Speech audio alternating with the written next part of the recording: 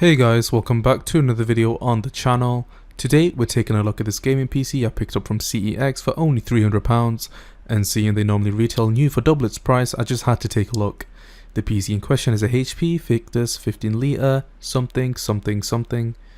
Anyways, what I was made aware of was it came with a Ryzen 5 5600G, a pretty solid mid-range chip that had integrated graphics, 16GB of RAM, 512GB SSD, and the mighty GTX 1660 Super.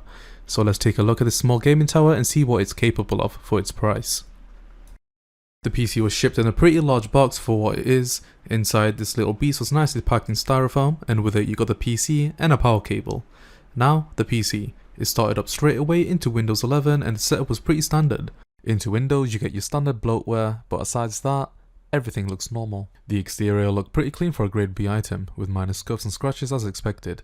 It didn't look like it was used much at all, which led me to believe it was probably a floor unit, cause who in their right mind sells a pretty recent gaming PC to CEX and lose a bunch of value?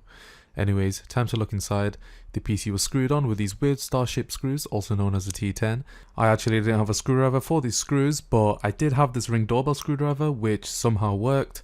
So yeah, a little tug gave way and the PC was opened. And was it dusty? Yes, it looked like CEX forgot to clean out this dust magnet. Besides that, it looked like this PC was cursed with a single stick of RAM. Everything else looked pretty standard, with the GPU concealing all its identity it has. It turns out HP loves these screws so much they used it on the motherboard too. For the price I paid for, it's a minor inconvenience. The front I/O was pretty good for a PC of this price, beating out much higher end PCs. It features a 5GB USB Type-C port, 2 USB 3.1 Type-A ports, 2 USB 3.0 ports, and a headphone microphone jack. How nice of them.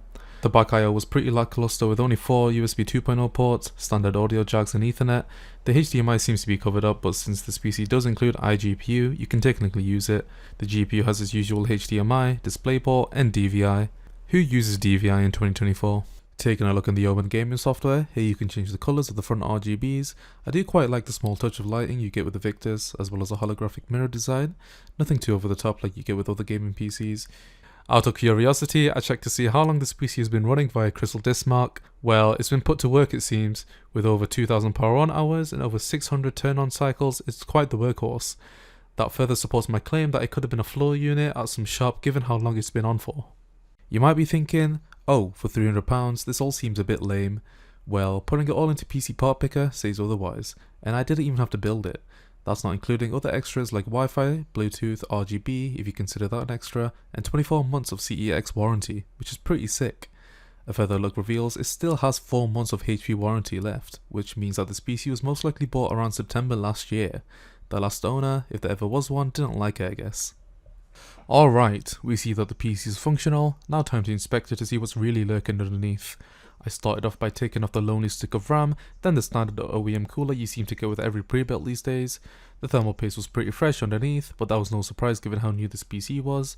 Nonetheless, I took it out to clean it and revealed the Ryzen 5 5600G. The GPU also had to come out, and here we have the HP Omen 1660 Super.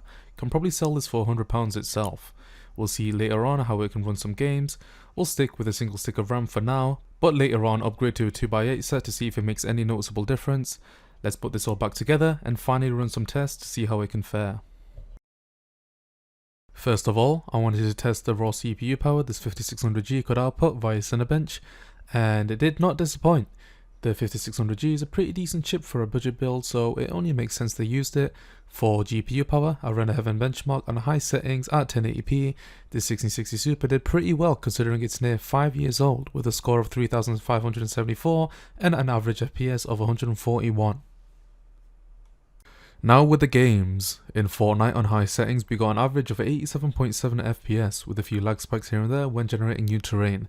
The overall look and feel to the game was pretty respectable, and I almost forgot I was gaming on a GPU released way back in 2019. Honestly, the 1660 Super has held up quite well.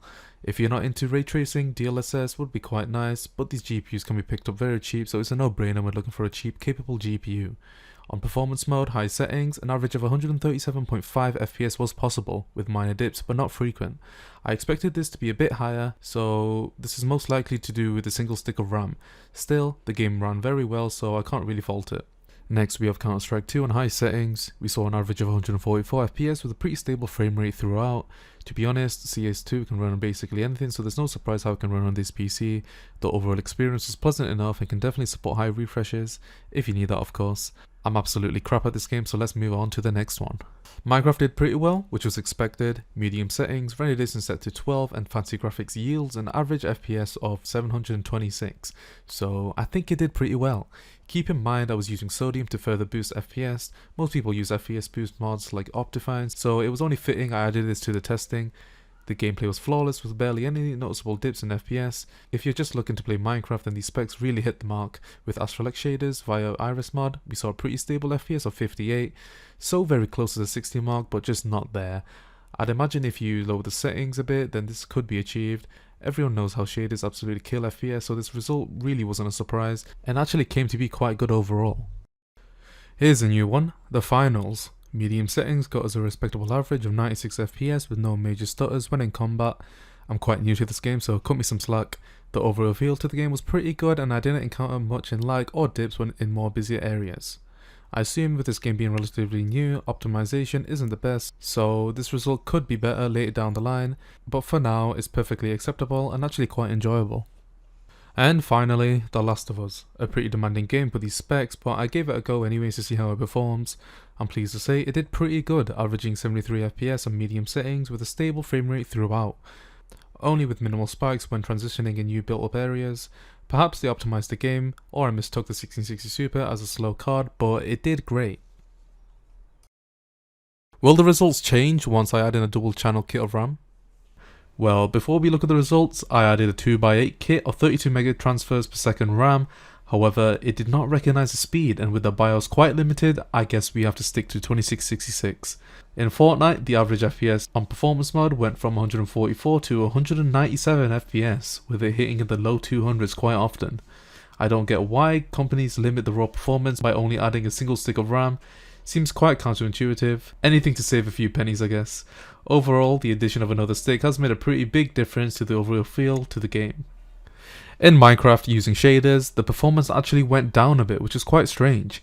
Average FPS went from 58 to 55. Not sure why this happened. I ran the test in a similar area to the last one. Perhaps a dual channel setup doesn't really make a difference, especially on shaders. And in The Last of Us, a minor increase in performance with 77 FPS opposed to 73 previously. The game, however, did feel a lot more stable with less in the way of lag spikes or stutters when in new areas. 0.1% low figures went from 4 FPS to 28, so a pretty healthy increase. I guess if you end up with one of these Victuses, Victi, anyways, you should slap in another stick to compensate for any loss in performance you're likely to face, especially with AMD CPUs being quite sensitive to single channel. So there it is, a pretty solid mid-range PC for only £300. What shocked me with this is how capable the 1660 Super is in 2024. It certainly had me surprised. Anyways, having the occasional browse through CEX might be worth it to see if you can find anything similar.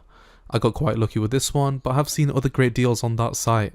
I hope you enjoyed this video. If you did, remember to like and subscribe for more. See you in the next one.